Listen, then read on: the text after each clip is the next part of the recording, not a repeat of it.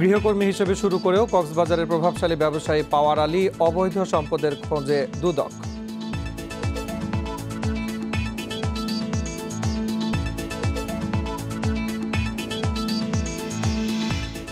পুরান ঢাকায় তৈরি হচ্ছে অনুমোদনহীন রং ফর্সা করার ক্রিম। কারখানা সিলগালা, ৩ জনকে আটক করেছে র্যাব।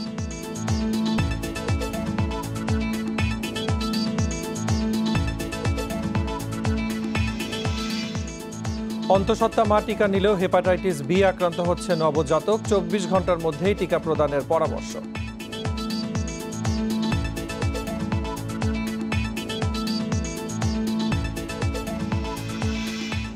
চট্টগ্রাম সিটি নির্বাচনে সক্রিয় আওয়ামী লীগ কেন্দ্রীয় নেতারা। বিএনপির নেতারা না থাকায় হতাশ তৃণমূল কর্মীরা।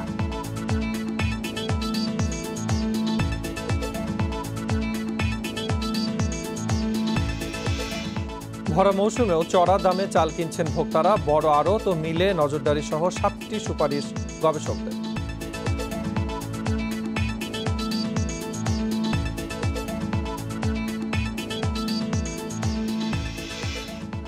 স্বাগত সকাল ৯টার ১ ঘন্টার বিরতিহীন ইন্ডিপেন্ডেন্ট সংবাদে। সাথে আছি আমি মুজাহিদুল ইসলাম এবং আমি ফারহানা ত্রিনা। এতক্ষণ শুনছিলেন শিরোনাম, এবার চলে যাচ্ছি পুরো খবরে।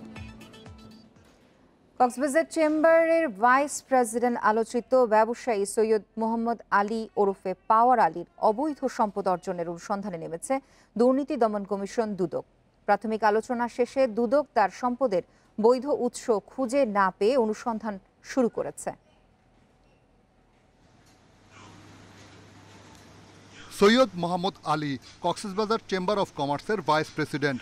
১৯৯৬ সালে জীবন শুরু করেছিলেন কক্সবাজার চেম্বারের প্রতিষ্ঠাতা প্রেসিডেন্ট মোহাম্মদ আলীর বাসার গৃহকর্মী হিসেবে।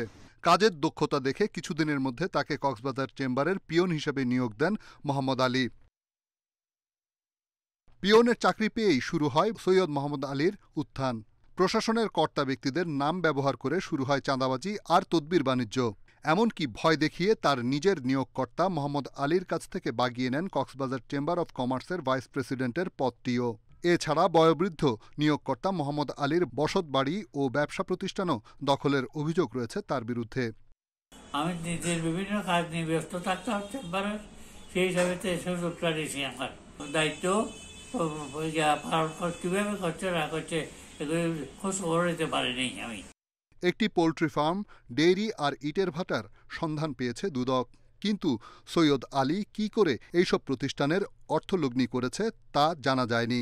তাছাড়া রয়েছে কক্সবাজার ও চট্টগ্রামে 3টি আলিশান বাড়ি। রাজধানীতে একাধিক ফ্ল্যাট ও ব্যক্তিগত 2টি গাড়িও আছে তার।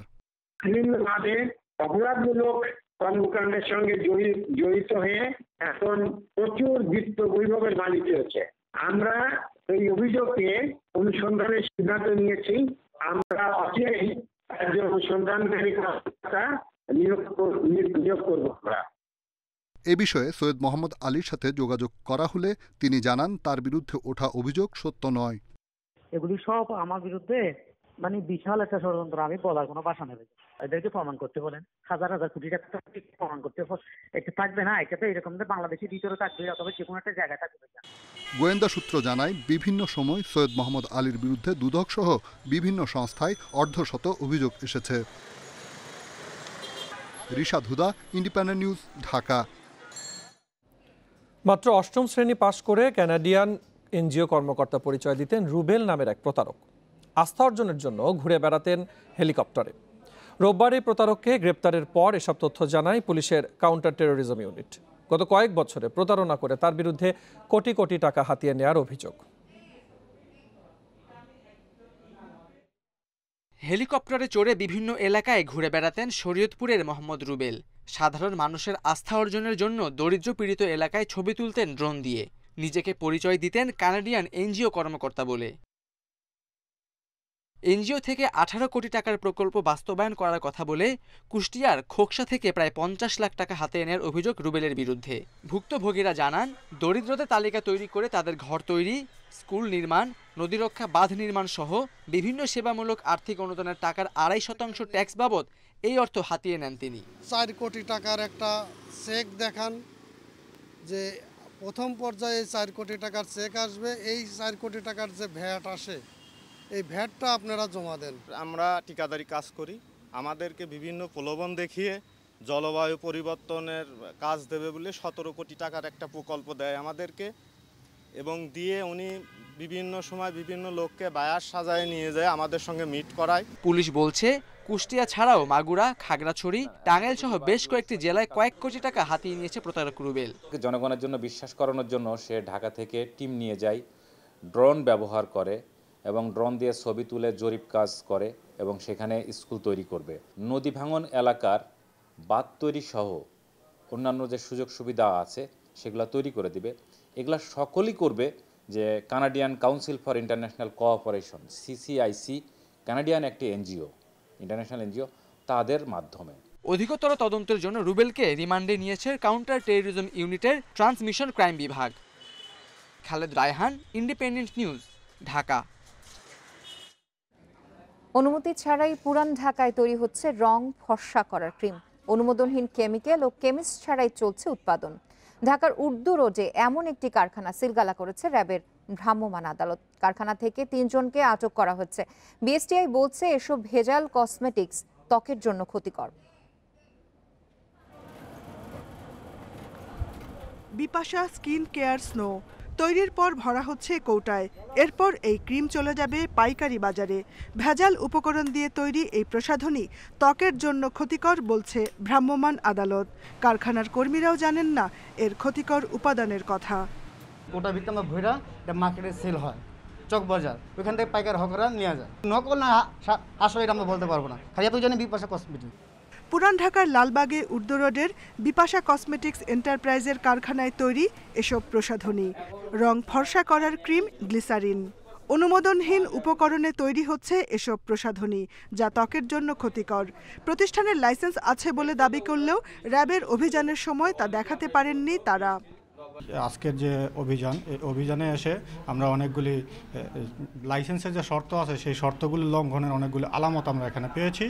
যেমন ইনগ্রেডিয়েন্টগুলি, ম্যাজিস্ট্রেট স্যার বলেছেন ইনগ্রেডিয়েন্টগুলির কোনো উৎপাদন তারিখ, ব্যাচ নম্বর, মেয়াদ উত্তীর্ণের তারিখ বা লেবেলবিহীন। প্রতিষ্ঠানের কোনো পরিবেশ ছাড়পত্রও নেই।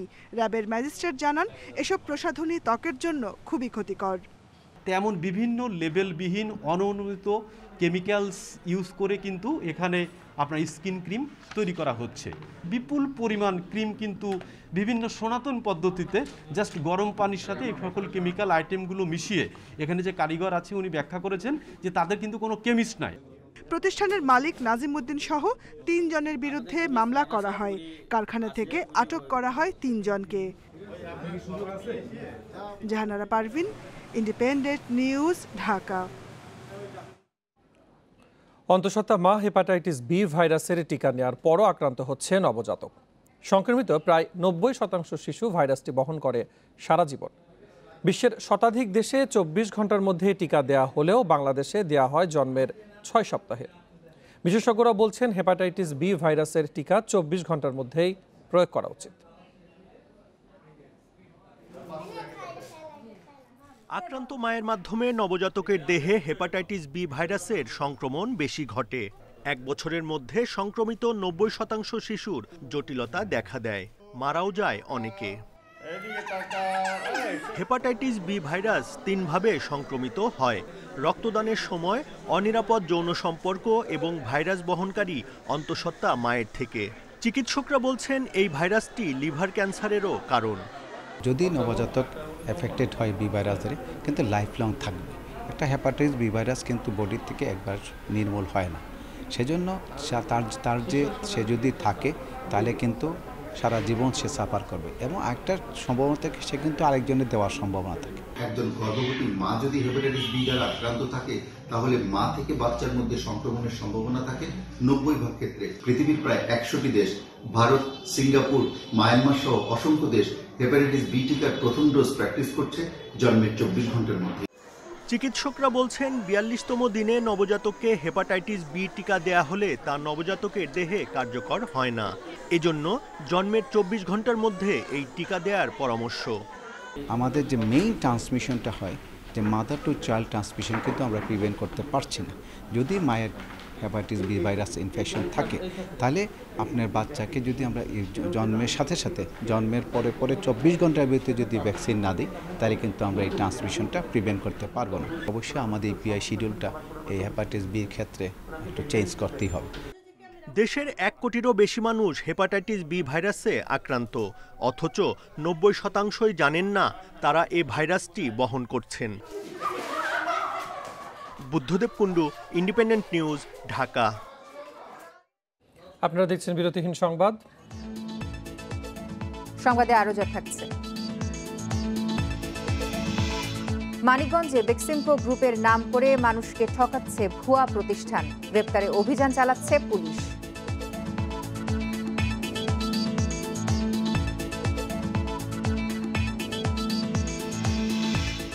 করোনার দ্বিতীয় ধাক্কায় ফের অনিশ্চিত চিংড়ি রপ্তানি, হিমাগার থেকে 5,000 কোটি টাকা রপ্তানির লক্ষ্য।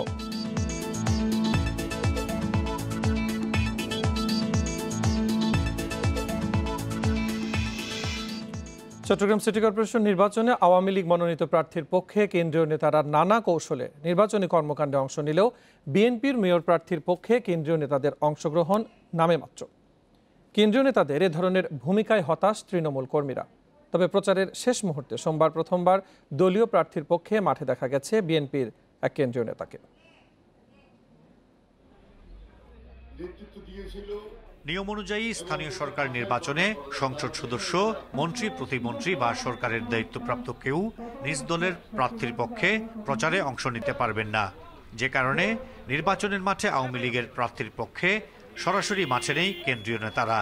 তবে দলের বর্ধিত সভা, মতবিনিময় সভা, সহযোগী সংগঠনের সভার মাধ্যমে নির্বাচনের মাঠে নেতাকর্মীদের উদ্বুদ্ধ করতে দেখা গেছে অনেক কেন্দ্রীয় নেতাকে। তবে উল্টো চিত্র বিএনপি শিবিরে। এই নির্বাচনে নিজ দলের প্রার্থীর পক্ষে সেভাবে মাঠে নেই কেন্দ্রীয় নেতারা। শেষ মুহূর্তে প্রচারে দেখা গেছে এক কেন্দ্রীয় নেতাকে। অনেকটা নিয়ম রক্ষার এই নির্বাচন নিয়ে হতাশ এই নেতা। যে আমরা এটাকে আন্দোলনের অংশ হিসেবেই বেছে নিয়েছি, কারণ আন্দোলন এই নির্বাচনের মাধ্যমে, নির্বাচন এবং আন্দোলন, আমরা এটা আন্দোলনের একটা অংশ এবং আমরা বিশ্বাস করি যে বর্তমান যে নির্বাচন কমিশনার আছে এটা একটা মাজা ভাঙা নির্বাচন কমিশনার। প্রচারের শুরু থেকে কেন্দ্রীয় নেতাদের অংশগ্রহণ কম হওয়ায় হতাশ স্থানীয় নেতাকর্মীরা। তবে বিএনপি প্রার্থীর দাবি, করোনার কারণে কেন্দ্রীয় নেতারা প্রচারে অংশ নিতে পারছেন না। কোভিড-19 একটা ক্রাইসিস চলছে, সেই জিনিসটা আমাদেরকে কনসিডার আনতে হবে, কারণ সবাইকে নিয়ে তো আমরা মাঠে করতে পারি না। সিনিয়র নেতা, তাদেরও তো বয়স হয়েছে। কাজে সব মিলিয়ে আমরা মনে করি তারা কাজ করে যাচ্ছে এবং সবাই ঐক্যবদ্ধভাবে আমরা কাজ করে যাচ্ছি। সোমবার প্রথমবারের মতো সমন্বয় সভা করে মহানগর বিএনপি, যেখানে আমির খসরু মাহমুদ চৌধুরী, রুহুল কুদ্দুস তালুকদার দুলু সহ স্থানীয় নেতাকর্মীরা উপস্থিত ছিলেন। Ahsan Riton, independent news, Chittagong. আগামীকাল দেশে আসছে অক্সফোর্ডের 20 লাখ ডোজ করোনা টিকা। বন্ধু প্রতিম বাংলাদেশকে উপহার হিসেবে পাঠাচ্ছে ভারত সরকার। এরই মধ্যে ছাড়পত্র দিয়েছে ঔষধ প্রশাসন অধিদপ্তর। 26 জানুয়ারির মধ্যে আরও 50 লাখ টিকা পাঠানোর কথা সেরাম ইনস্টিটিউটের। ভারতের সেরাম ইনস্টিটিউট থেকে অক্সফোর্ড অ্যাস্ট্রাজেনেকার 3 কোটি ডোজ করোনা টিকা কিনছে বাংলাদেশ। 26 জানুয়ারির মধ্যে এই 50 লাখ ডোজ টিকা দেশে আসার কথা। এর আগেই এলো সুসংবাদ, ভারত সরকার উপহার হিসেবে পাঠাচ্ছে 20 লাখ ডোজ করোনার ভ্যাকসিন। পররাষ্ট্র মন্ত্রণালয়কে অবগত করেছে ভারত। আমরা যা আশা করছি যে আগামী, আপনারাও শুনেছেন যে 25-26 তারিখে ফার্স্ট লট অফ ভ্যাকসিন আমরা প্রথম লট আমরা পেয়ে যাব, এটা আমরা আশা রাখি অ্যাজ পার দি কন্ট্রাক্ট।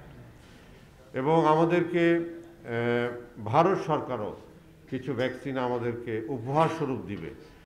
সোমবার ছাড়পত্রের জন্য ঔষধ প্রশাসন অধিদপ্তরে আবেদন করে স্বাস্থ্য মন্ত্রণালয়। এরই মধ্যে মিলেছে ছাড়পত্রও। বুধবারই ভারত থেকে আসছে অক্সফোর্ড অ্যাস্ট্রাজেনেকার করোনার ভ্যাকসিনের চালান। 20 তারিখে একটা ভ্যাকসিন আসছে 2 মিলিয়ন ডোজের একটা লট, যেটা ইন্ডিয়ান গভর্নমেন্ট বাংলাদেশ গভর্নমেন্টকে উপহার দিচ্ছে। উপহার এই যে আমরা 20 লাখ উপহার পেলাম, একই টিকা কোভিশিল্ড অক্সফোর্ড অ্যাস্ট্রাজেনেকার ভ্যাকসিনটা। তবে এই ভ্যাকসিনটা যে কাজে আমরা ব্যবহার করতে পারি এই টিকাটা 10 লাখ জনগণকে আমাদের রাজধানী বা বিভাগীয় শহরে যে বড় বড় হসপিটাল আছে এবং ডায়াগনস্টিক ক্লিনিক আছে, সেন্টার আছে, সেখান থেকে এটা দিতে হবে। দেওয়ার পর তারপরে জাস্ট একটা আমাদের কিনা টিকার আগে এই টিকাটা একটা মহারা হিসেবে ব্যবহার হবে। সেরাম ইনস্টিটিউট থেকে কেনা করোনার টিকা প্রয়োগ শুরু হবে ফেব্রুয়ারির প্রথম সপ্তাহেই। সেই অনুযায়ী নেওয়া হচ্ছে প্রস্তুতি। তবে উপহার হিসেবে পাওয়া এই 20 লাখ ডোজ টিকা কবে মানবদেহে প্রয়োগ করা হবে তার দিনক্ষণ ঠিক হয়নি। Hasan Misbah, Independent news, Dhaka. সরকার শিগগিরই দেশের জনগণকে করোনার টিকা নিশ্চিত করতে সক্ষম হবে বলে আশা করছেন রাষ্ট্রপতি মোহাম্মদ আব্দুল হামিদ। তার মতে সরকারি পরিকল্পনার সফল বাস্তবায়নের কারণেই করোনাকালেও দেশের অর্থনীতি সচল রাখা সম্ভব হয়েছে। বছরের প্রথম সংসদ অধিবেশনে সোমবার রাষ্ট্রপতি তার ভাষণে আরও জানান, প্রধানমন্ত্রী শেখ হাসিনার করোনা মোকাবেলায় পদক্ষেপ বিশ্ব স্বাস্থ্য সংস্থায়ও প্রশংসিত হয়েছে। সুশাসন ও আর্থসামাজিক উন্নয়নে রাজনৈতিক দলসহ সব শ্রেণী পেশার মানুষকে ঐক্যমত গড়ে তুলে সম্মিলিত উদ্যোগ নেওয়ার আহ্বান জানান তিনি। স্বাস্থ্যসেবা নিশ্চিত করা সহ করোনাকালে নানা খাতে সরকারের নেওয়া পদক্ষেপের প্রশংসা করে রাষ্ট্রপতি বলেন, সরকার সার্বজনীন স্বাস্থ্যসেবা নিশ্চিতকরণে সব ক্ষেত্রে অভূতপূর্ব অগ্রগতি অর্জন করেছে। সম্প্রতি সরকারের সবচেয়ে বড় অর্জন সাফল্যের সঙ্গে কোভিড-19 নিয়ন্ত্রণ।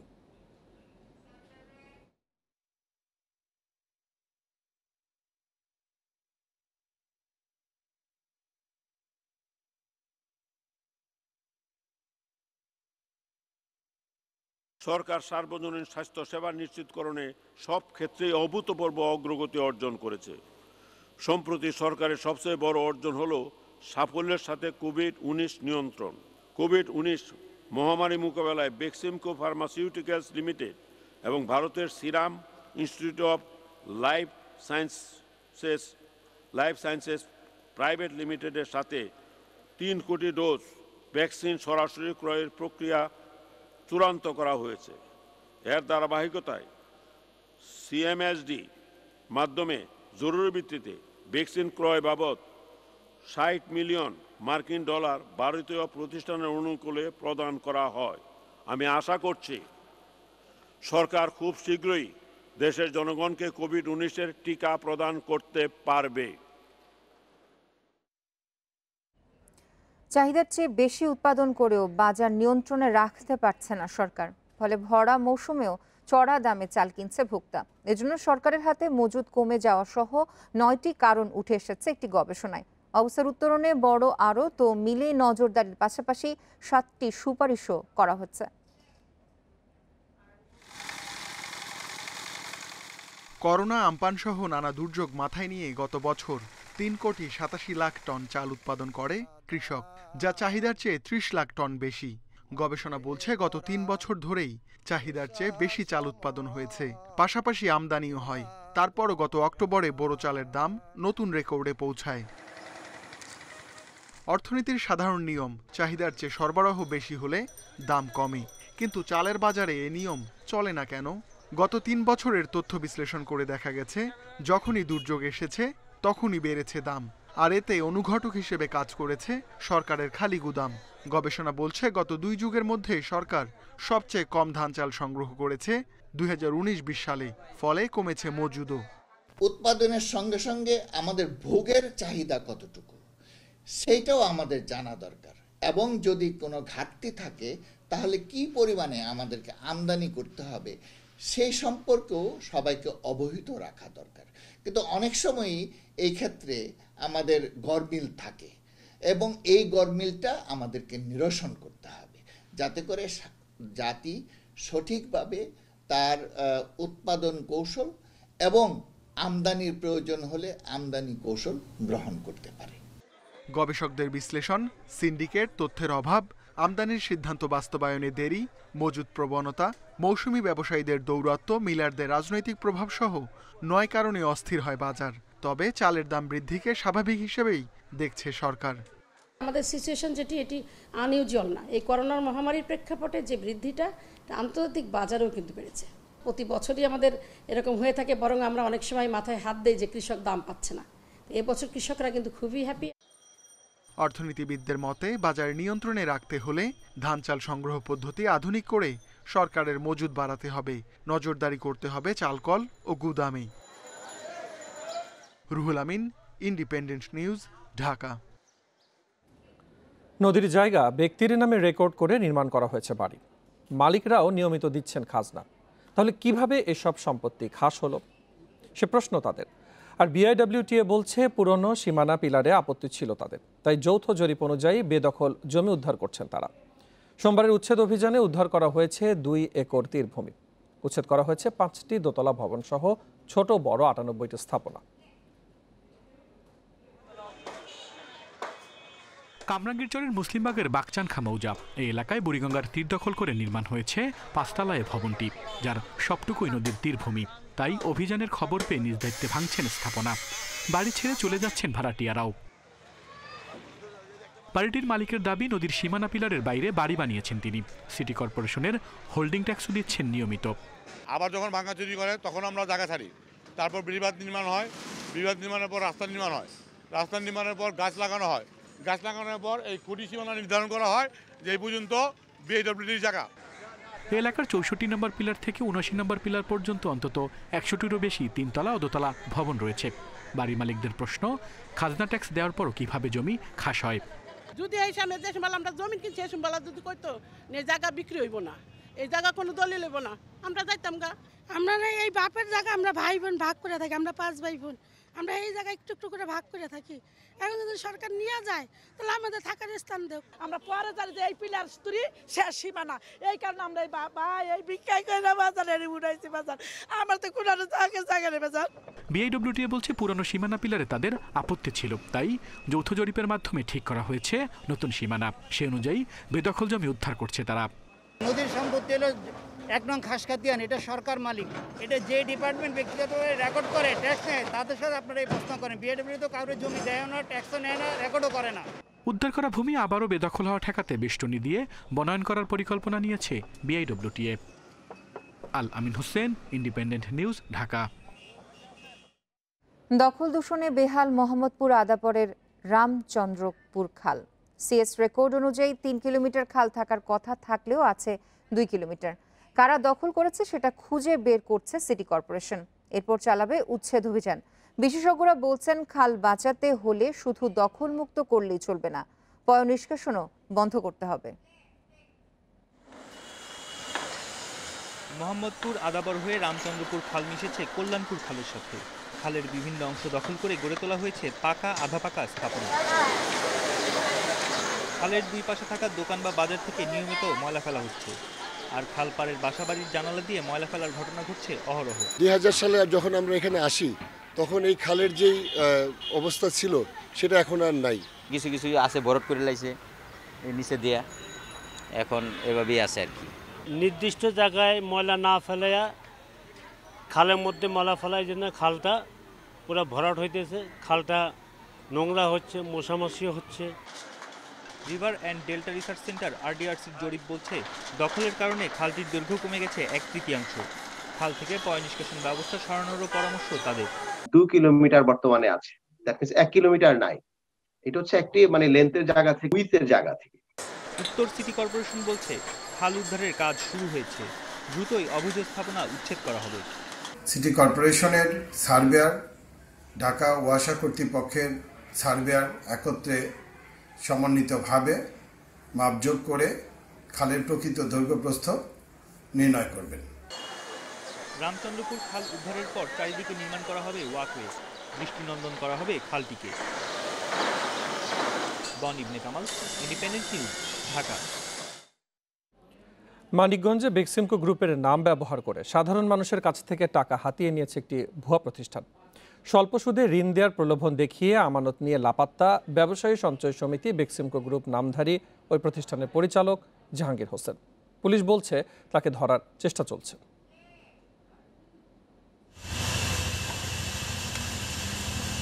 পয়লা জানুয়ারি মানিকগঞ্জের ঘিওর উপজেলার বানিয়াজুরি এলাকার একটি ভাড়া বাড়িতে চালু হয় ব্যবসায়ী সঞ্চয় সমিতি বেক্সিমকো গ্রুপ নামে একটি প্রতিষ্ঠান।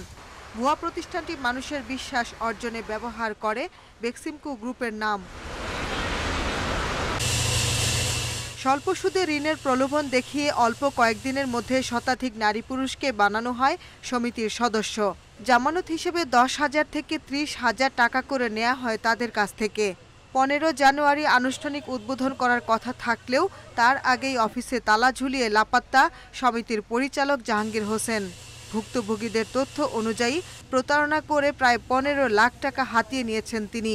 বলছে যে আমরা এভাবে নতুন এনজিও সংস্থা খুলছি বেক্সিমকো গ্রুপের, তো আমরা এভাবে অল্প সুদে ঋণ ছাড়তাছি। 11 জনের টেহা ছিল, 11 জনের 10,000, 20,000, 15,000। সালামের বাসায় থাকে, সালাম ভাইকে জন্য আমি 10,000 টাকা দিচ্ছি। উনি আমার পরিচিত এলাকার ভাই, এই টাকাটা নিয়ে যাবে না, পড়াইছে দিকে অফিস সালামের সব চলে গেছে। বাড়ির মালিক আব্দুস সালাম জানান, প্রতারক জাহাঙ্গীর বেক্সিমকো গ্রুপের নাম ব্যবহার করেছিলেন। স্বনামধন্য প্রতিষ্ঠানের নাম দেখে বাড়ি ভাড়া দিয়েছিলেন তিনি। ভিতরে প্রধানমন্ত্রীর ছবি লাগাইছে, তারপরে বঙ্গবন্ধুর ছবি লাগাইছে, এফ সালমান রহমানের ছবি লাগাইছে, তারপরে দুর্জয়ের ছবি লাগাইছে, এমপি দুর্জয়ের ছবি লাগাইছে, সরি।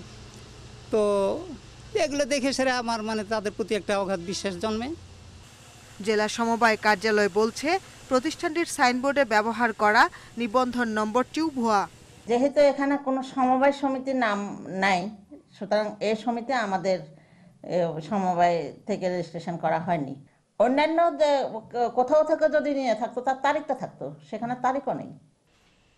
প্রতিষ্ঠানটিতে 50,000 টাকা জামানত দিয়ে চাকরি নিয়েছিলেন 14 জন নারী। পরিচালক লাপাত্তা হওয়ার পর মামলা করেন ওই 14 নারীর একজন নিশা রানী দে। মামলার পর অভিযুক্ত জাহাঙ্গীর হোসেনকে ধরতে অভিযান চলছে বলে জানিয়েছে পুলিশ।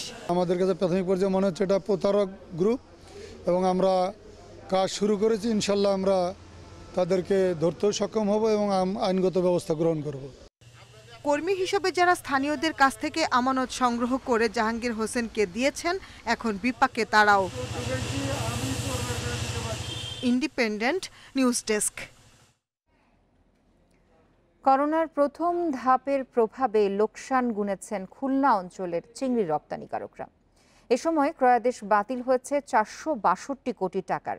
দাবি ব্যবসায়ীদের। আর বিশ্বের সংক্রমণের দ্বিতীয় ঢেউয়ে ফের অনিশ্চিত সাদা সোনা খ্যাত চিংড়ির ভবিষ্যৎ। ফলে চলতি অর্থবছরে বাণিজ্য মন্ত্রণালয় হিমায়িত চিংড়ি থেকে 5,000 কোটি টাকা রফতানি লক্ষ্যমাত্রা নির্ধারণ করলেও অর্জন কঠিন বলছেন সংশ্লিষ্টরা।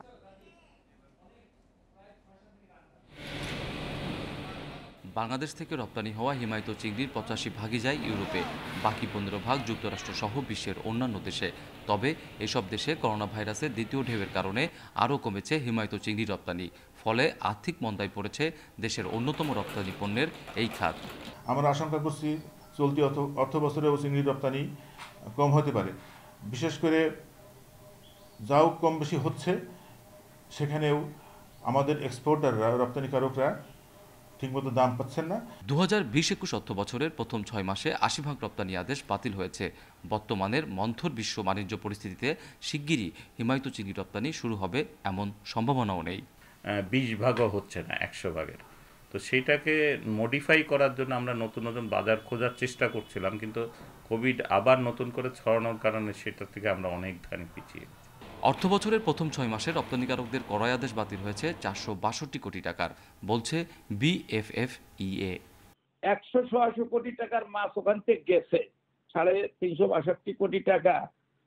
এর মধ্যে লস আছে বোধহয় 50%, আর স্টক আছে ধরেন 10-20%, এগুলো বোধহয় সেলই হবে।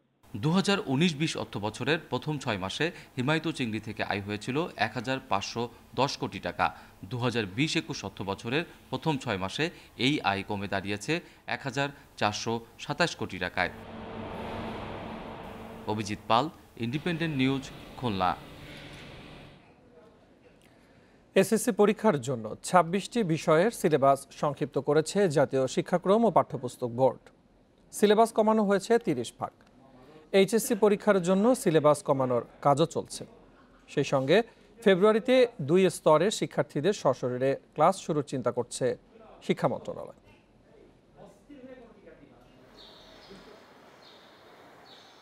এবার যারা এসএসসি পরীক্ষার্থী, করোনার কারণে তাদের 10ম শ্রেণীর ক্লাস হয়নি।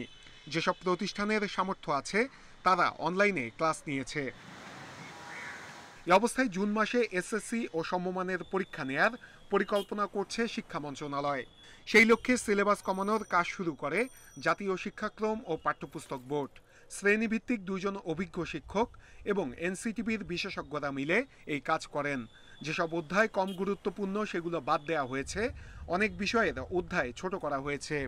এসএসসি সিলেবাসটা আমাদের এই মাসের 15 তারিখের মধ্যে সম্পন্ন করে পাঠানোর কথা ছিল। আমরা 14 তারিখেই সেটাকে সম্পন্ন করেছি। করে আমরা 14 তারিখ, যেহেতু এটা বৃহস্পতিবার ছিল, 15-16 বন্ধ ছিল, আমরা 17 তারিখ রবিবার মন্ত্রণালয়ে এটা প্রেরণ করি। এসএসসি এবং এইচএসসি পরীক্ষার্থীদের সশরীরে ক্লাস নেওয়ার জন্য ফেব্রুয়ারি মাস থেকে স্কুল কলেজ খোলার চিন্তা করছে শিক্ষা মন্ত্রণালয়।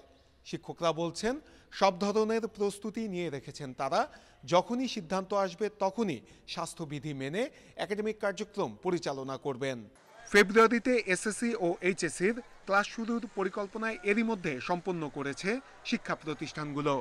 50% সিলেবাস কভার করা হয়েছে নবম শ্রেণীতে বা 11 শ্রেণীতে। তো বাকি যেখানে 20% হতো সেটি হয়তো এই অনলাইন এবং অ্যাসাইনমেন্ট ভিত্তিতে বা অল্প সময়ের জন্য যে স্কুলে নিয়ে সেটি করা সম্ভব, আসলে এটি দরকারও। শিক্ষা গবেষকরা বলছেন সিলেবাস কমানোর সিদ্ধান্ত ভালো, তবে শিক্ষার্থীরা যাতে কোনো সমস্যায় না পড়ে সেদিকে লক্ষ্য রাখতে হবে। সেই নির্দেশনা অনুযায়ী যে বিষয়টা আসছে যে আমাদের সিলেবাসটা কমাতে হবে, সিলেবাসটা কমানো হয়ে গিয়েছে এবং ফেব্রুয়ারিতে আমরা জানি যে ফেব্রুয়ারিতে খোলার কথা একটা নির্দেশনা আছে, সেটা হয়তো আসবে আমাদের কাছে এবং আমি মনে করি যে আমরা সম্পূর্ণভাবে প্রস্তুত। এদিকে এইচএসসি পরীক্ষার্থীদের জন্য সিলেবাস কমানোর কাজ চলছে। জুলাই অথবা আগস্ট মাসে পরীক্ষা নেওয়ার পরিকল্পনা শিক্ষা মন্ত্রণালয়ের। নূরে আলম, ইন্ডিপেন্ডেন্ট নিউজ, ঢাকা। হাইকোর্টের নির্দেশে মানসম্মত পেট্রোল বাজারজাত নিশ্চিত হলেও আবারও চালুর তৎপরতায় নিম্নমানের কারণে বন্ধ হয়ে যাওয়া 11 বেসরকারি পরিশোধনাগার। শিল্প মন্ত্রণালয়ের মাধ্যমে বিএসটিআইকে তারা চিঠি দিয়েছে পণ্য উৎপাদনের অনুমতি চেয়ে। চাপের মুখে 9 বছর আগে মানে পেট্রোল উৎপাদনের মানদণ্ড নির্ধারণ করতে খসড়া প্রজ্ঞাপন মন্ত্রণালয়ে জমা দিয়েছে বিএসটিআই। যদিও এই পদক্ষেপের ঘোর বিরোধী জ্বালানি মন্ত্রণালয় ও ভোক্তা প্রতিনিধিরা। দেশের গ্যাস ক্ষেত্র থেকে পাওয়া কনডেনসেট প্রক্রিয়াজাতের মাধ্যমে উৎপাদিত পেট্রোলের মান উন্নয়নে প্রায় 1 দশক ধরে চেষ্টা করে আসছে সরকার। 3 দফায় পেট্রোলের মান নির্ণায়ক মূল অনুষঙ্গ রিসার্চ অকটেন নম্বর RON 80 থেকে বাড়িয়ে 89 নির্ধারণ করেছে বিএসটিআই। ভোক্তাদের আবেদনের প্রেক্ষিতে বিএসটিআই নির্ধারিত মানের পণ্য বিক্রিতে উচ্চ আদালতের নির্দেশনাও রয়েছে। এই অবস্থায় নতুন মানের পেট্রোল উৎপাদনে ব্যর্থ হওয়ায় গত বছরের মে থেকে বন্ধ 11টি ছোট আকারের বেসরকারি পরিশোধনাগার। সরকারের বারবার তাগিদের পরও মান উন্নয়ন না হওয়ায় তাদের উৎপাদিত পণ্য আর কিনছে না বিপিসি। কারখানার মান না বাড়িয়ে উল্টো পেট্রোলের মান কমানোর দাবি এসব রিফাইনারির মালিকদের। বন্ধ 11 কারখানা মালিকের তৎপরতায় শিল্প মন্ত্রণালয় মান কমাতে চিঠি দিয়েছে বিএসটিআইকে। সে অনুযায়ী গঠিত নতুন কমিটি সুপারিশ করেছে 2 বছরের জন্য 9 বছর আগের নিম্নমানের পেট্রোল উৎপাদনে অনুমতির। ক্ষতিকর কিছুই হলো না। 10 বছর যদি ক্ষতির কথা যদি না চিন্তা করে থাকেন, আর 2 বছরের জন্য হঠাৎ করে ক্ষতির প্রশ্ন হয়ে গেল, 10-12 বছর ধরে এইভাবেই চললো। এই সিদ্ধান্তকে বিপজ্জনক বলছেন পেট্রোলের মান নির্ধারণের আগের কমিটির প্রধান। আমরা কিন্তু অ্যালাউ করিনি, আমাদের কাছে কিছু প্রস্তাব আসলে রেকটিফাই করার। আমরা ইন্টারন্যাশনাল স্ট্যান্ডার্ডের এটি তো খুবই লো, কারণ এটি তো পৃথিবীর কোথাও দেশে আছে বলে আমার তো জানা নেই। পেট্রোলের মান কমানোর বিপক্ষে জ্বালানি মন্ত্রণালয়ও। আমরা তো বাধ্য না খারাপ জিনিস কেনা, কে কি টাকা দিয়ে লস করে বিক্রি করতেছে সেটা আমাদের বিষয় না। আমি পয়সা দিয়ে কিনতে চাই, আমি ভালো জিনিস কিনতে চাই, ভালো পেট্রোলিয়াম প্রোডাক্ট আমি বিক্রি করতে চাই। ভোক্তা অধিকার সংগঠন ক্যাব বলছে জনস্বার্থ বিরোধী কোনো সিদ্ধান্ত মানবেন না তারা। ক্ষমতা দেওয়া হয়েছে বলে বিএসটিআই যেন তেন প্রকারে স্ট্যান্ডার্ড মেনটেন করলেই সেটা চলতে পারে বা চলবে, এটা আমার ভাবার কোনো কারণ নেই। বিএসটিআই কাউন্সিল মেম্বার হিসেবে ক্যাব সেখানে আইনানুগ যেটা হওয়া দরকার সে ব্যাপারে ক্যাব যথাযথ উদ্যোগ নেবে। পেট্রোবাংলা বলছে নিম্নমানের পেট্রোল উৎপাদনের দায়ে 11 বেসরকারি প্রতিষ্ঠান বন্ধ থাকায় কনডেনসেট পরিশোধনে কোনো সংকট নেই। মানসম্মত পেট্রোল অকটেন উৎপাদনে সক্ষম সরকারি বেসরকারি পরিশোধনাগারে পণ্য উৎপাদন অব্যাহত রয়েছে। Shariful Islam, independent news, Dhaka. করোনাকালে বেড়েছে বিবাহ বিচ্ছেদ। ঢাকায় দিনে তালাক হচ্ছে ৩৯টি, মাসে এ সংখ্যা হাজারেরও বেশি। আর বিবাহ বিচ্ছেদের আবেদন করা ৭০% নারী। আইনজীবীরা বলছেন নারীর আত্মসম্মানবোধ, আর্থিক সক্ষমতা বাড়ায় এর কারণ। এই সমস্যা কাটিয়ে উঠতে পারিবারিক বন্ধন সুদৃঢ়ের পাশাপাশি অসহিষ্ণুতা কমানোর পরামর্শ সমাজবিজ্ঞানীদের। একটি ওষুধ কোম্পানিতে কাজ করেন সোনিয়া আক্তার। 7 বছরের ছেলে আনিসকে নিয়েই তার সংসার। অভিযোগ, স্বামী দেয়নি সংসার সন্তানের ভরণ পোষণের খরচ। একের পর এক জড়িয়েছে বিয়ে বহির্ভূত সম্পর্কে, করেছে দ্বিতীয় বিয়ে। তাই 4 মাস আগে ইতি টেনেছেন 11 বছরের দাম্পত্যের। বাচ্চাটার যখন 8 মাস তখন আমি বাচ্চাটাকে নিয়ে মানুষের বাসায় কাজ করে খাইতেছিলাম।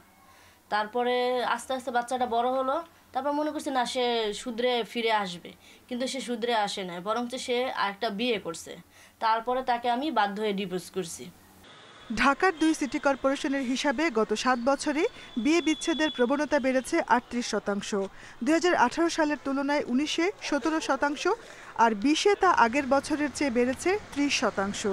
2019 সালে মাসে তালাক হয়েছে 920টি, 2020-এ সে সংখ্যা 1194টি, ঘণ্টায় আবেদন 1টি। এর কারণ হিসেবে নারীর সামাজিক অগ্রগতি, দৃষ্টিভঙ্গির পরিবর্তন ও অর্থনৈতিক সক্ষমতা বাড়ার কথা সামনে এনেছেন আইনজীবীরা। নারীর যে ক্ষমতায়ন, কর্মক্ষেত্রে নারীর অনেক বেশি অংশগ্রহণ এবং সেই সাথে সাথে যত দিন যাচ্ছে পুরুষ সদস্যদের উপর অর্থনৈতিক নির্ভরশীলতা অনেকটাই কমে আসছে, যার ফলে কিন্তু এই তালাকের মতো ঘটনাগুলো অনেক বেড়ে যাচ্ছে। এই সংকট থেকে বেরিয়ে আসতে পারস্পরিক সমঝোতার বিকল্প দেখছেন না সমাজ বিশ্লেষকরা।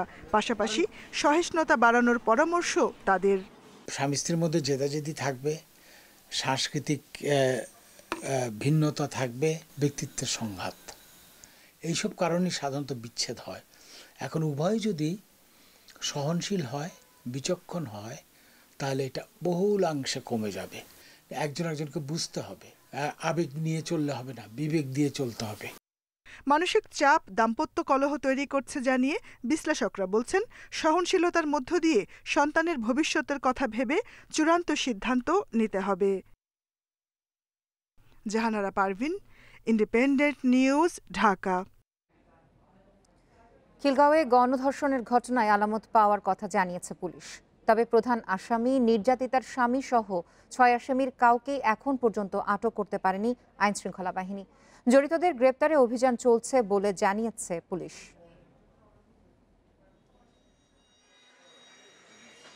গণধর্ষণের অভিযোগে রোববার খিলগাঁও থানায় মামলা করেন এক নারী। এতে আসামি করা হয় তার স্বামী আয়ুব আলী সহ 6 জনকে। নির্যাতিতার অভিযোগ, স্বামী আয়ুব আলীর সাথে দীর্ঘদিন ধরে সম্পর্কে টানাপোড়েন চলছিল তার, আলাদাও বসবাস করতেন তারা। তবে আবারও সংসার করার আশ্বাস দিয়ে তাকে 12 জানুয়ারি ধোলাইপাড় থেকে খিলগাঁও ডেকে নেন আয়ুব। নির্যাতিতার অভিযোগ, সেখানেই আটকে রেখে বন্ধুদের দিয়ে ধর্ষণ করান তার স্বামী। সেদিনের ঘটনার বিষয়ে কিছু না জানলেও প্রতিবেশীরা বলছেন, ফ্ল্যাটটিতে অপরিচিত নারী পুরুষের যাতায়াত ছিল। এই যে আগে টের পাইছি, মানে অনেক লোকজন যাতায়াত করতে, এই জায়গায় মহিলা পুরুষ এতটুকু টের পাইছিলাম। তারপর আমরা বাড়ির লোকে বলছিলাম, তারা বলছে কি তারা নাকি ওনাদেরকে নোটিশ দিয়েছে, তারা নাকি 20 তারিখে ওনাদেরকে নাকি চলে যাবে। নারী পুরুষ আসলে ওদের গেটআপে যা মনে হইলো সব মনে হয় রিক্সা ড্রাইভার, গাঁজাখোর বা এই ধরনের গাড়ি হেল্পার টেপার, এই আইটেমের লোকজনগুলো। ধর্ষণের আলামত পাওয়ার কথা জানিয়ে পুলিশ বলছে, আয়ুব আলীকে গ্রেপ্তারের চেষ্টা চলছে। তাকে ধরা গেলে প্রকৃত ঘটনা বেরিয়ে আসবে বলে মনে করছে পুলিশ। ভিকটিমের ডাক্তারি পরীক্ষা সহ অন্যান্য যে বিষয়গুলো করা দরকার সেগুলো সম্পন্ন করা হয়েছে। আমরা আসামিদের অ্যারেস্ট করার চেষ্টা করছি। বিশেষ করে স্বামী, সে পলাতক আছে, অন্যান্য আসামিরাও পলাতক আছে। স্বামীকে ধরার চেষ্টা চলছে। স্বামীকে ধরা গেলে অন্যান্য যে আসামি আছে তাদেরকেও ধরা যাবে। মামলার এজাহারভুক্ত কাউকে এখন পর্যন্ত আটক করতে না পারলেও জড়িতদের গ্রেপ্তার করতে অভিযান চলছে বলে জানিয়েছে police. Khaled Raihan, independent news, Dhaka. Over the top বা ওটিটি প্ল্যাটফর্মে কন্টেন্ট প্রকাশ ও পরিবেশনের নিয়ন্ত্রণ চায় হাইকোর্ট। এ থেকে রাজস্ব আদায়ের জন্য 3 মাসের মধ্যে একটি নীতিমালা করার নির্দেশ দিয়েছে আদালত। বিচারপতি JBM হাসান ও বিচারপতি খায়রুল আলমের বেঞ্চ এ আদেশ দেন। তথ্য সচিব ও বিটিআরসি চেয়ারম্যানকে এ আদেশ দিয়েছে হাইকোর্ট।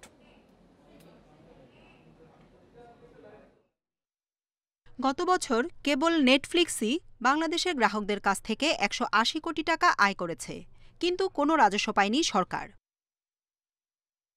এসব প্ল্যাটফর্মে আপত্তিকর কন্টেন্ট পরিবেশন রোধের নির্দেশনা চেয়ে গত বছর রিট করেন আইনজীবী তানভীর আহমেদ।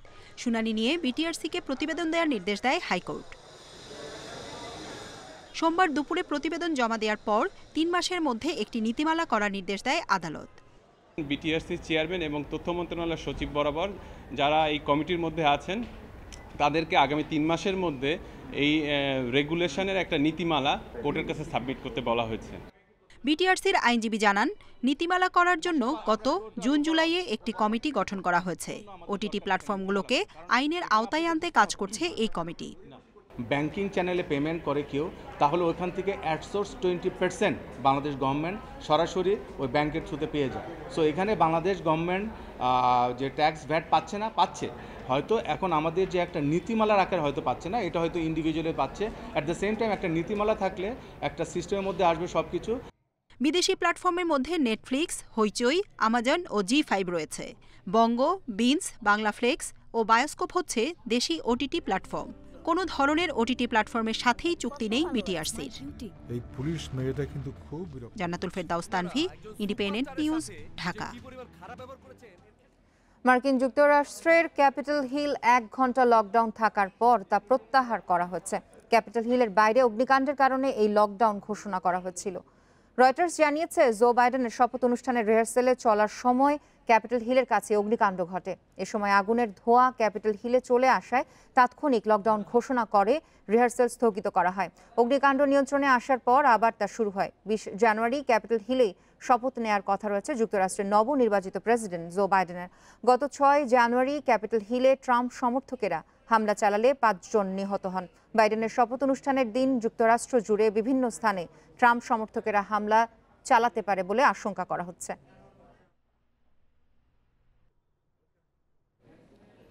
বিশ্বে করোনায় একদিনে 9,000-এর বেশি মানুষের মৃত্যু হয়েছে। এ নিয়ে মোট প্রাণহানি ছাড়ালো 20,48,000। নতুন 5.5 লাখ রোগী নিয়ে মোট আক্রান্তের সংখ্যা 9,59,00,000-এর বেশি। 24 ঘন্টায় সবচেয়ে বেশি মৃত্যু শনাক্ত হয়েছে যুক্তরাষ্ট্রে। প্রাণ গেছে 1400-র বেশি মানুষের। এ নিয়ে সেখানে পর্যন্ত মারা গেল 4,08,000-এর বেশি মানুষ। দেশটিতে একদিনে ভাইরাস মিলেছে 1,41,000 মানুষের দেহে। যুক্তরাষ্ট্রের পর সবচেয়ে বেশি 665 জনের মৃত্যু হয়েছে জার্মানিতে। এছাড়াও যুক্তরাজ্যে প্রাণ গেছে 600 জনের। এ নিয়ে সেখানে মোট মৃতের সংখ্যা 90,000-এর কাছাকাছি। নতুন 37,000 শনাক্ত নিয়ে সেখানে মোট আক্রান্ত 34 লাখের বেশি। ভারতে একদিনে প্রাণহানি হয়েছে 137 জনের। নতুন রোগী মিলেছে প্রায় 10,000। এদিকে দেশটিতে করোনার টিকা প্রয়োগ শুরুর পর থেকে টিকা নেওয়ার পর এ পর্যন্ত 2 জন মারা গেছেন। 10 মাস পর আন্তর্জাতিক ক্রিকেটে ফেরার অপেক্ষায় রোমাঞ্চিত রাসেল ডোমিঙ্গো। সেই রোমাঞ্চকের সাফল্যে রূপ দিতে সাকিবকে আবারও ফেরানো হচ্ছে মিডল অর্ডারে। ফলে 3-এ খেলার সম্ভাবনা শান্তর। একাদশে 3 পেসার চান টাইগার হেড কোচ। আর আনকোরা উইন্ডিজ কঠিন চ্যালেঞ্জ খেলার সম্ভাবনা শান্তর। একাদশে 3 পেসার চান টাইগার হেড কোচ। আর আনকোরা উইন্ডিজ কঠিন চ্যালেঞ্জ জানাতে পারে শিষ্যদের আগেভাগেই সতর্ক করেছেন ডোমিঙ্গো। 2019 বিশ্বকাপে 3-এ ব্যাট করে দারুণ সফল সাকিব। এরপর পরই আসে নিষেধাজ্ঞা। ফিরে এসে সাকিব পাচ্ছেন না টপ অর্ডারে খেলার সুযোগ। হেড কোচ রাসেল ডোমিঙ্গো ভবিষ্যতের কথা ভেবে মিডল অর্ডারে জোর দিতে চান। শান্তকে 3-এ খেলিয়ে পিছিয়ে দেয়া হবে সাকিবের পজিশন। 4, 5 ও 6-এ খেলবেন সাকিব, মুশফিক, মাহমুদুল্লাহ। আর সৌম্যকে দীর্ঘ সময়ের জন্য মিডল অর্ডারেই চান কোচ। অভিজ্ঞদের আমি পরের দিকে চাই। দলের জন্য যা ভালো হবে। সাকিবকে 4-এ খেলাতে চাই। দীর্ঘদিন পর ক্রিকেটে ফিরছে টাইগার দল। রং কিছুটা ফিকে করে দিয়েছে আনকোরা প্রতিপক্ষ। তারপরে উইন্ডিজ দলকে সমীহ করার কথা বলছেন ডোমিঙ্গো। ওদের ঘরোয়াতে যারা খুব ভালো করেছে তারাই এসেছে। এরা সবাই জাতীয় দলে টিকে থাকতে চাইবে। বাংলাদেশকে হারাতে চাইবে যে কোনো মূল্যে। ফলে সহজ হবে না সিরিজ। তামিমের অধিনায়কত্বের শুরুর সিরিজ দিয়ে বিশ্বকাপের প্রস্তুতি শুরু করতে চান কোচ। সাকিব, তামিম, লিটনদের সাথে নতুন ব্যাটসম্যান তৈরি করতে চান। তামিম ব্যাটিং ও অধিনায়কের দায়িত্ব ভালোভাবেই বোঝে। তার নতুন অধ্যায় শুরু হচ্ছে, আশা করি ভালো করবে। নতুন বোলার নিয়ে বিশ্বকাপে যাওয়া সম্ভব, তবে ব্যাটিং অর্ডারটা অবশ্যই অভিজ্ঞ হতে হবে। ভবিষ্যতের কথা ভেবে এই সিরিজে 3 পেসার নিয়ে খেলার কথাও জানিয়েছেন Domingo. Mazharul Islam, independent news. একসাথে 18 সদস্যের ওয়ানডে স্কোয়াড অনুশীলন করেছে হোম অফ ক্রিকেটে। সিরিজ শুরুর আগে আরো একদিন পাচ্ছে তামিমের দল। 2 প্রস্তুতি ম্যাচ আর কোচের বার্তায় নিজেদের দায়িত্বটা জানা হয়ে গেছে। শেষ মুহূর্তে ভুল শুধরে উন্নতির চেষ্টায় লম্বা সেশন হয়েছে। আনকোরা উইন্ডিজকে চেনাতে সাহায্য করছেন কম্পিউটার অ্যানালিস্ট শ্রীনিবাসন। মনে দূরত্ব মেলা, কিন্তু দায়িত্ব যখন দেশের জন্য, তখন এক মোহনায় মিলেছেন সাকিব তামিম। কম্পিউটার অ্যানালিস্ট শ্রীনিবাসের কাছ থেকে উইন্ডিজদের খুঁটিনাটি আদ্যপান্ত শুনলেন মনোযোগ সহকারে। 2 বন্ধুকে একসাথে দেখে ডোমিঙ্গোর হাসি চওড়া হয়েছে। উইন্ডিজ বধে সেরে নিলেন মাস্টার প্ল্যান। শলা পরামর্শ শেষে সাকিব তামিমের হাসিতেই স্পষ্ট, কোচকে অভয় দিয়েছেন তারা। মাঠে কাঁধে কাঁধ রেখে লড়বেন 2 বন্ধু। অলরাউন্ডার সাইফুদ্দিন উইন্ডিজ সিরিজে ব্যাটে বলে অবদান রাখতে চান। বারবার ব্যাট বদল করে পরখ করছেন কোনটাতে তুলবেন 4-6-এর ঝড়। উইকেটে কি রেসিপি রেখেছেন গামিনী তা জানা যায়নি, তবে উইকেটে পেসারদের জন্য থাকবে সুবিধা, সেটা বলতেই কি মুস্তাফিজ রুবেলদের কাছে গেলেন এই কিউরেটর। স্কোয়াডে 5 পেসার, অভিজ্ঞ রুবেল, মুস্তাফিজ, তাসকিনদের আগে থেকে চেনা ওটিস গিবসনের। নতুন মুখ শরীফুল ইসলাম, হাসান মাহমুদকে নিয়ে যত চ্যালেঞ্জ বোলিং কোচের। মিঠুনের জায়গা পাওয়া নিয়ে প্রশ্ন আছে, একাদশে সুযোগ পাবেন কিনা ম্যাচ পরিস্থিতিই বলবে। তবে সুযোগ পেলে প্রমাণের চ্যালেঞ্জ থাকবে, সেজন্যই ফিটনেসে বাড়তি মনোযোগ। Saiful Majumdar, independent news, Dhaka. Bangladesh Windies সিরিজের শুরুতে ডিআরএস ব্যবহার নিয়ে আছে সংশয়, যদিও এই প্রযুক্তি ব্যবহার নিয়ে নিশ্চয়তা দিচ্ছে বিসিবি। করোনাকালে সিরিজ সফল আয়োজন সম্প্রচারে আশাবাদী ক্রিকেট বোর্ড। এদিকে মূল লড়াইয়ের আগে প্রস্তুতি নিয়ে অস্বস্তিতে ক্যারিবীয়রা। ঘন কুয়াশার কারণে বিকেএসপিতে প্রস্তুতি ম্যাচে খেলা হচ্ছে মাত্র 47 over.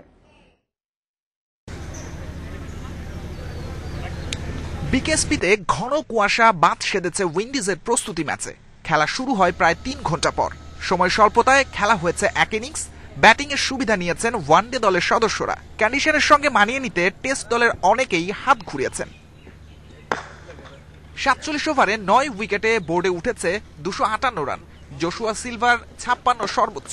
Rovman Powell, Sunil আমব্রিসো run পেয়েছেন। রেমন রেইফার, আকিল হোসেনের শিকার জোড়া উইকেট। 2 দল শেষ মুহূর্তের প্রস্তুতি পরিকল্পনা নিয়ে ব্যস্ত। আয়োজকেরাও সিরিজ আয়োজন সম্প্রচার প্রসঙ্গ প্রায় গুছিয়ে এনেছেন। করোনাকালে চ্যালেঞ্জ যেন অনেক বেশি। দেশি অফিসিয়াল দিয়েই পরিচালিত হবে ওয়ানডে সিরিজ। শুধুমাত্র ডিআরএস এর জন্য আসবেন হেনরি এলিসন, কিন্তু শুরু থেকে ডিআরএস ব্যবহার নিয়ে রয়েছে সংশয়। যদি আমরা এই টাইমলি করতে পারি তাহলে 20 তারিখে হতেও পারে, হয়তো আমাদের সমস্যা হতে পারে। যদি আমরা টাইমলি সবকিছু শেষ করতে পারি তাহলে হয়তো ডিআরএস এর সমস্যা হবে না। আদারওয়াইজ হয়তো এমন হতে পারে যে হয়তো এই ম্যাচের পর থেকে ডিআরএস এর সমস্যাটার সমাধান হয়ে যাবে। সিরিজের খেলা দেখা যাবে 3টি চ্যানেলে। সম্প্রচারে 26টি ক্যামেরা ব্যবহারের পরিকল্পনা রয়েছে। স্পাইডার ক্যামের জন্য ড্রোনের ব্যবহার জরুরি, সেখানে সরকারি অনুমতির অপেক্ষায় বিসিবি। সাইদ সাদি, ইন্ডিপেন্ডেন্ট নিউজ।